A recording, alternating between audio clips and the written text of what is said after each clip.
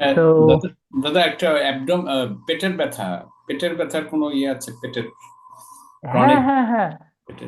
আমি পেটের ব্যথার জন্য অনেকগুলো কারণ। আগে তো আমাদের ধরতে হবে যে রুট কজটা কি। রুট কজ যদি গ্যাস্ট্রিক হয় বা ফুড পয়জন হয়, সেই ক্ষেত্রে পেটে ব্যথার জন্য আকুপ্রেশারটা আগে বলি। কারণ আমি দেখেছি, আমি রিসেন্টলি একটা সেশনে গেছিলাম, ওখানে বাথরুম হয়নি, তার 2 দিন ওয়াশরুম এসে যায়নি, পটি হয়নি জন্য পেটে ব্যথা। মাঝে মাঝেই তারা পেটে ব্যথা করে। বাঁ হাত অথবা ডান হাতের এই জায়গাটাকে, মানে আপনার আপনার সামনে যদি ঘড়ি থাকে, তাহলে ঘড়িটা যেই দিক দিয়ে ঘুরবে, ক্লকওয়াইজ এইভাবে ঘোরাতে হবে। আমি আবার বলছি, আপনার বাঁ হাতে ঘড়ির কাঁটা যেভাবে ঘোরে, ঠিক ওইভাবে ঘোরাতে হবে, এইভাবে। হ্যাঁ, এখান থেকে শুরু হবে, এইরকম এরকম এরকম ভাবে ঠেসে ঠেসে ঠেসে ঠেসে ঘোরাতে হবে। ঠিক আছে? এটা এইরকম ভাবে ঘোরাতে হয়। ওই যে আমি যে এলাহাবাদে গেছিলাম, ওখান থেকে এগুলো শিখেছি। এইটা এইটা হচ্ছে সুযোগ, সুযোগের একটা পয়েন্ট, অ্যাকুপ্রেশারের আর একটা ভাগ। আর পেটে ব্যথার জন্য আমরা করি হচ্ছে পবন মুক্তাসন অথবা মন্ডুকাসন। তবে মন্ডুকাসন সব থেকে ভালো। পেটে ব্যথা হলে এই হাত এখানে যাবে, তবে নীল ডাউনে গেলে সব থেকে বেটার। 2 পা জোড়া থাকবে, এই হাত নাভি থেকে নিচে যাবে, দম নিয়ে ছেড়ে আস্তে করে এখানে চলে যাবে। এবারে যদি আমার পেট বড় থাকে, আমার যদি যেতে অসুবিধা হয়, তাহলে আমি শুয়ে আস্তে করে কাউকে বলবো যে আমার এই পেটে চাপ দিয়ে ধরে থাকো। পবন মুক্তাসন, পেটের বাতাস মুক্ত করে। আমি এই এই এই গল্পটা মনে হয় মিতা আপনাদেরকে শেয়ার করেছিলাম। আমি এক বাসায় সকালবেলা করে ক্লাস নিতে যাই। ওনার ওনার ফুড পয়জনের কারণে, মানে ফুড পয়জন হয়েছিল। এর কারণে যেটা হচ্ছিল যে ওনার খাবারের খুব, মানে উল্টাপাল্টা খাওয়ার কারণে পেটে এমন ব্যথা, ওনাকে হসপিটালাইজ করতে হবে। এখন কোনোভাবেই কাজ হচ্ছে না। এরপরে যখন পবন মুক্তাসন দিয়ে চাপ দিয়ে ধরে আছি, দেখি উনি কোনো কথা বলে না। আমি পেয়েছি ভয়। আমি বলেছি, ভাইয়া আপনি ঠিক আছেন? খারাপ লাগছে? উনি চুপ করে আছে। আবার জিজ্ঞেস করলাম, ভাইয়া আপনি, আপনার খুব খারাপ লাগছে? উনি শুধু ইশারা দিল যে না, আমি ভালো আছি। এরপর থেকে ওনার পেটে সমস্যা থাকলেই উনি পবন মুক্তাসন করেন। হ্যাঁ, তো পবন মুক্তাসন, ওই যে আমি আপনাদেরকে কিছুক্ষণ আগে বলেছিলাম যে আমাদেরকে ডিটক্স করতে হবে, আমাদেরকে ক্লিন করতে হবে, আমার যত ওয়েস্টেজ আছে এগুলো আমাদের মানে মুভমেন্টের ভেতর দিকে, ওই যে নদীর কিনারার যে জলগুলো আছে ওগুলো থেকে বেরোতে হবে, মানে ওগুলোকে পরিষ্কার করতে হবে। আমার শরীরের এই গাট হেলথ যদি ভালো থাকে, আপনি অনেকভাবে ভালো থাকবেন। যদি গাট হেলথ যদি ভালো না থাকে, আপনার ডাইজেস্ট সিস্টেম যদি গন্ডগোল থাকে, তাহলে পেটে ব্যথা তো মাস্ট। তো এইটার কারণে সবার আগেই পবন মুক্তাসন দেয়। কেমন? তো আমি মাথা ব্যথার একটা পয়েন্ট দেখাবো বলেছিলাম, ব্যথার ব্যথার না, সব জয়েন্টের জন্য। আপনারা এখন একটা কাজ করেন, আপনার হাতটাকে এরকম করে ধরেন। এরকম করে ধরে দেখবেন যে এখানে একটা উঁচু গর্ত আছে, তাই না? এই যে এই যে গর্তটা, হুম, কিন্তু এটা খুলে দিলেই গর্তটা দেখা যায় না। আর এই প্রেসিংটা এইভাবে হবে না, এর প্রেসটা এইভাবে হবে। তার মানে আপনার হাত এই রকম থাকবে আর এই রকম থাকবে। এটা হবে এই রকম, আগে তো এখানে দিয়ে দিলাম, তারপর এটাকে এইভাবে ধরে এই ধরবো, যেন বুড়ো আঙুল সোজা এদিক দিয়ে ঢুকে এদিক দিয়ে বের হয়ে যায়। এইভাবে ধরে এইখানে যখন আমি প্রেস করলাম, তাই না? এইবারে হাতটাকে ওইখানে রেখে প্রেস করেন, দেখবেন যে ব্যথা আছে। হুম, ব্যথা আছে, এইখানে ব্যথা আছে। হাতটাকে ধরে এখানে দেখবেন যে ব্যথা আছে। তো এইটা, যে কোনো ব্যথা যদি হয়, এইটাতে খুবই ভালো কাজ করে। আর এইবার হাতটাকে খুলে দিয়ে এইভাবে ধরে, এই যে জায়গাটা যাদের ব্যাক পেইন আছে, ভাইয়া বলছিলেন যে ব্যাক পেইন, এই জায়গাটা হচ্ছে ব্যাক পেইনের জন্য। এরকম করে যদি আপনি প্রেস করেন, দেখবেন যে যাদের ঘাড়ে ব্যথা আছে তাদের এই দিকে ব্যথা লাগবে, যার কোমরে ব্যথা আছে তার এই দিকে ব্যথা আছে। আপনারা একটু প্রেস করে দেখেন ব্যথাটা এই দিক, মানে এটা ধরতে হবে কিন্তু গিটারের মতন, এরকম। তো যদি এইখানে থাকে, তাহলে বুঝবেন আপনার কোমর ব্যথা আছে। আর যদি এই দিকে থাকে তাহলে বুঝবেন আপনার ঘাড়ে ব্যথা আছে। আর যেখানেই ব্যথা আছে সেখানেই ব্যথাটা অল্প অল্প করে দেবেন, তাহলে ওই ব্যথাটা কমে যাবে। হুম। তো এটা হচ্ছে অ্যাকুপ্রেশার। আর তুরনার যে প্রশ্নটা আমি একটু কোশ্চেন অ্যান্সারে আগে নিয়ে নিচ্ছি, এইটা হচ্ছে মাথা। মাইগ্রেনের জন্য আমরা এগুলোতে প্রেস করি। যে কোনো মাথা ব্যথা যদি হয় সেক্ষেত্রে বুড়ো আঙ্গুলের মাথা খুবই ভালো কাজ করে। আর আম, ওই যেটা মাইগ্রেনের কথা বলছিল ও, এটা হচ্ছে আমরা কালকে জল নীতি ক্রিয়া করেছিলাম আমাদের জয়সেন যোগার ফেসবুক পেজে, এটা লাইভ ছিল মনে হয় 5 মিনিটের মতন, না 3 থেকে 4 মিনিটের মতন। ওইখানে ওই জলনেতিটা করার পরে ওরাই বলছিল যে মাথাটা খুব ফাঁকা হয়ে গেল, এবং যারা বলছিল এদেরই মাইগ্রেন আছে, সাইনাস আছে, খুব মাথা ব্যথা করে। হ্যাঁ। তো তুই না, তুই ওটা একটু করে নিস। এই, আচ্ছা, আমি এখন আম, আমি এখন একটু শামীমা আপার কাছে যাব, মিতা আপার কাছে। মিতা আপার আহ, মিতা আপার পেইন দাদা টলারেন্স বা পেইন ম্যানেজমেন্টের কোনো এক্সপিরিয়েন্স থাকলে শেয়ার করবেন। কেউ বলছিলেন কিছু? জি দাদা, আমাকে কি শোনা যাচ্ছে? হ্যাঁ, শোনা যাচ্ছে। আমরা না কোশ্চিন অ্যান্সার গুলো না একটু পরে নেব।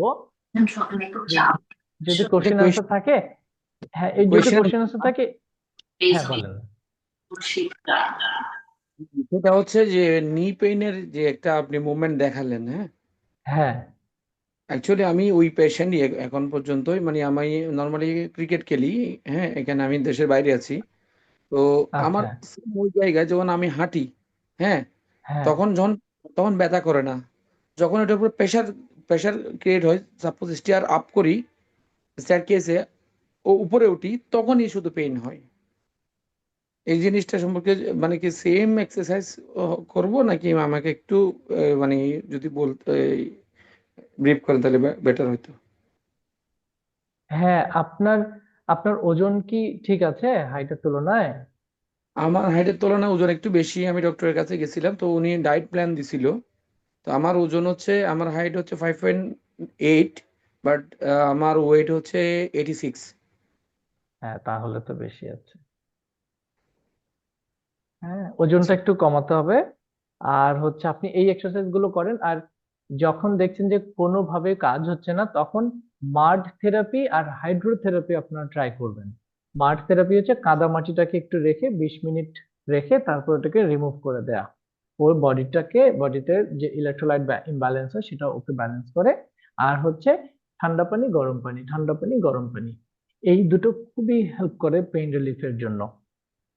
আর অল্প অল্প করে আপনি এক্সারসাইজ শুরু করেন। সেটা যোগা হতে পারে, অন্যান্য এক্সারসাইজ হতে পারে, মানে মুভমেন্ট আপনার লাগবে। আর ওই আস্তে আস্তে এগুলো কমবে। আর হাঁটু ব্যথার জন্য ছোট ছোট কিছু পয়েন্ট আছে, সেগুলো হেল্প করতে পারে, তবে ওজনটা কমাতে পারলে আপনি খুবই ভালো থাকবেন। হ্যাঁ। আচ্ছা, ঠিক আছে, ধন্যবাদ। হ্যাঁ, thank you so much. Mita আপা, আপনি যদি একটু আপনার আপনার এক্সপিরিয়েন্স যদি একটু শেয়ার করেন, আপনার পরিচয়টাও দিন।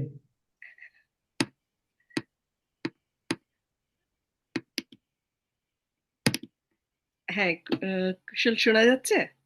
হ্যাঁ আপা, হ্যাঁ। আচ্ছা। আম, আমি আহ, প্রথমেই বলি যে কুশল আসলে মানে আমার ইয়োগার দিকে আসার জন্য আসলে কুশলের অনুপ্রেরণা অনেক বেশি, এবং ওর জন্যে আমি অনেক কিছু করতে পারছি এবং শিখতে পারছি এখন। আম, যেমন আমি অনেক আগে থেকেই আমার মনে আছে আমার যখন মেয়ে হলো 1984-এ, তখন আমি একটা ওই ওষুধ কোম্পানি থেকে আম, আমাদের কিছু ক্যাটালগ দিত। তো ওই একটা বইয়ের মধ্যে ইয়োগার পোস্টার ছিল যে বাচ্চা হয়ে যাওয়ার পরে কিভাবে আবার বডিকে ফেরত আনা যায়। তো আমি ওইটা প্র্যাকটিস করতাম। তো আস্তে আস্তে আমি ওই যেখানে যা বই পেতাম যোগার বই কিনতাম, তারপরে নিজে নিজে করতাম। পরে আমি মানে আমার দুটো আসলে এখন আজকে তো সময় বেশি না, আমি দুটো জাস্ট ক্রনিক পেইনে আমি ভুগতাম, এবং সেগুলো থেকে আমি রিলিফ পেলাম কিভাবে সেটা শেয়ার করব। তো যেটা হলো আমার আমি যখন আমি আসলে চিটং মেডিকেল কলেজে থেকে আর কি এমবিবিএস করি, এবং তারপরে এমফিল করতে যখন আমি গেলাম ইয়েতে পিজিতে, তো পোস্ট গ্র্যাজুয়েশনে অনেক মানে স্ট্রেস থাকে। তো তখন আমি মানে আমার পেইন শুরু হলো এবং 1990 তে আমি যখন চেক করলো মানে আমি ডাক্তারের কাছে গেলাম। সবকিছু পরীক্ষা করে আসলো যে আ আসলে আমার রিউমাটয়েড আর্থ্রাইটিস এবং যেটা মানে আমি এখন যেমন আমি ইয়োগার এদিকে আসার পরে আমি আমার নিজের এখনো আমি ফিজিওলজি, অ্যানাটমি টিচিং এ আছি এবং আমি সবসময় আমার স্টুডেন্টদেরকে এখন উল্লেখ করি যেটা আমাদেরকে আসলে আ পুরো মেডিকেল লাইফ এ শেখানো হয়নি যে স্ট্রেসটা কত বাজে। আমরা থিওরি জানি কিন্তু প্র্যাকটিক্যালি সবসময় যে কানে ঢুকানো যে স্ট্রেস থেকে রিলিফ পাওয়া, এটা আমরা শিখিনি কখনো। তো যেটা হলো আমি যখন আম আ এমফিল শুরু করলাম, ওই ব্যথাটা শুরু হলো এবং তারপরে যেহেতু আমি টিচিং এ ছিলাম, ডাক্তার যিনি ছিলেন রিউমাটোলজিস্ট উনি বললেন যে আমার আঙ্গুলগুলো খুবই প্রয়োজন ঠিক রাখা। কারণ এহসান বলতে পারবে যে রিউমাটয়েড আর্থ্রাইটিস এর একটা অনেক খারাপ ইফেক্ট বা এখানে আমার মেয়ে আছে ও ফিজিক্যাল থেরাপিস্ট যে আ আসলে জয়েন্ট ইয়ে ডিফর্মিটিটা খুবই বাজে। তো আমাকে ডাক্তার বললেন যে, "তোমার যেহেতু তুমি টিচিং এ আছো, লেখালেখি করতে হয়।"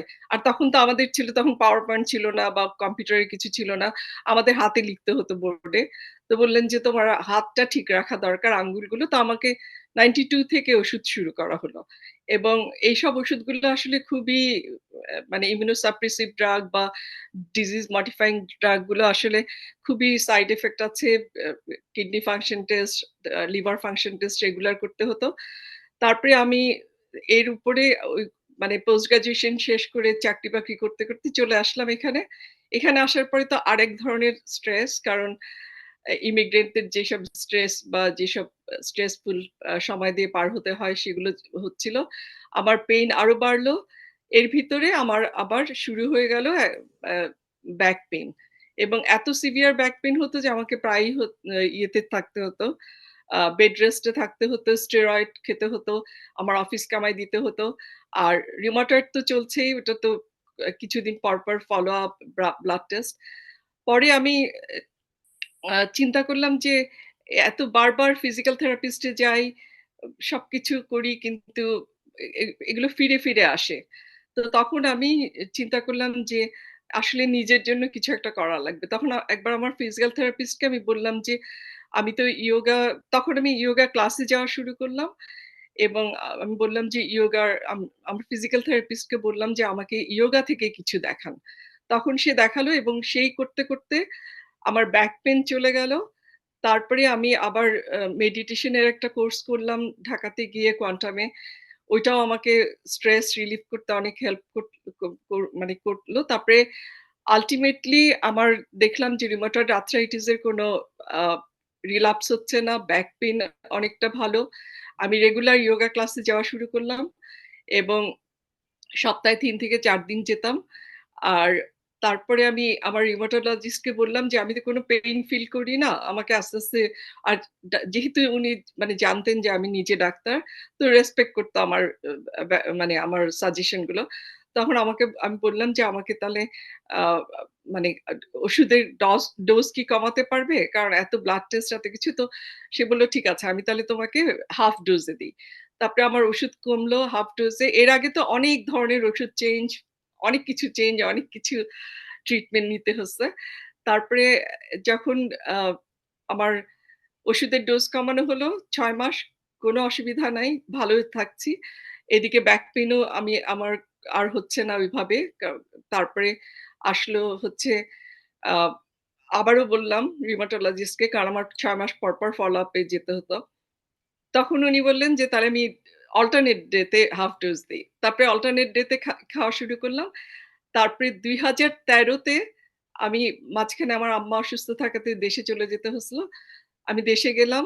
তার আগে আমি রিউমাটোলজিস্ট কে বললাম যে, "দেখো আমি ছাড়তে চাচ্ছি ওষুধটা। কারণ আমার তো কোনো পেইন হচ্ছে না আর।" তারপরে আমাকে ২০১৩ তে উনি আমাকে বলল যে, "তুমি খেতে থাকো আরো কিছুদিন। যদি আর রিল্যাপস না হয় তুমি বন্ধ করে দিও।"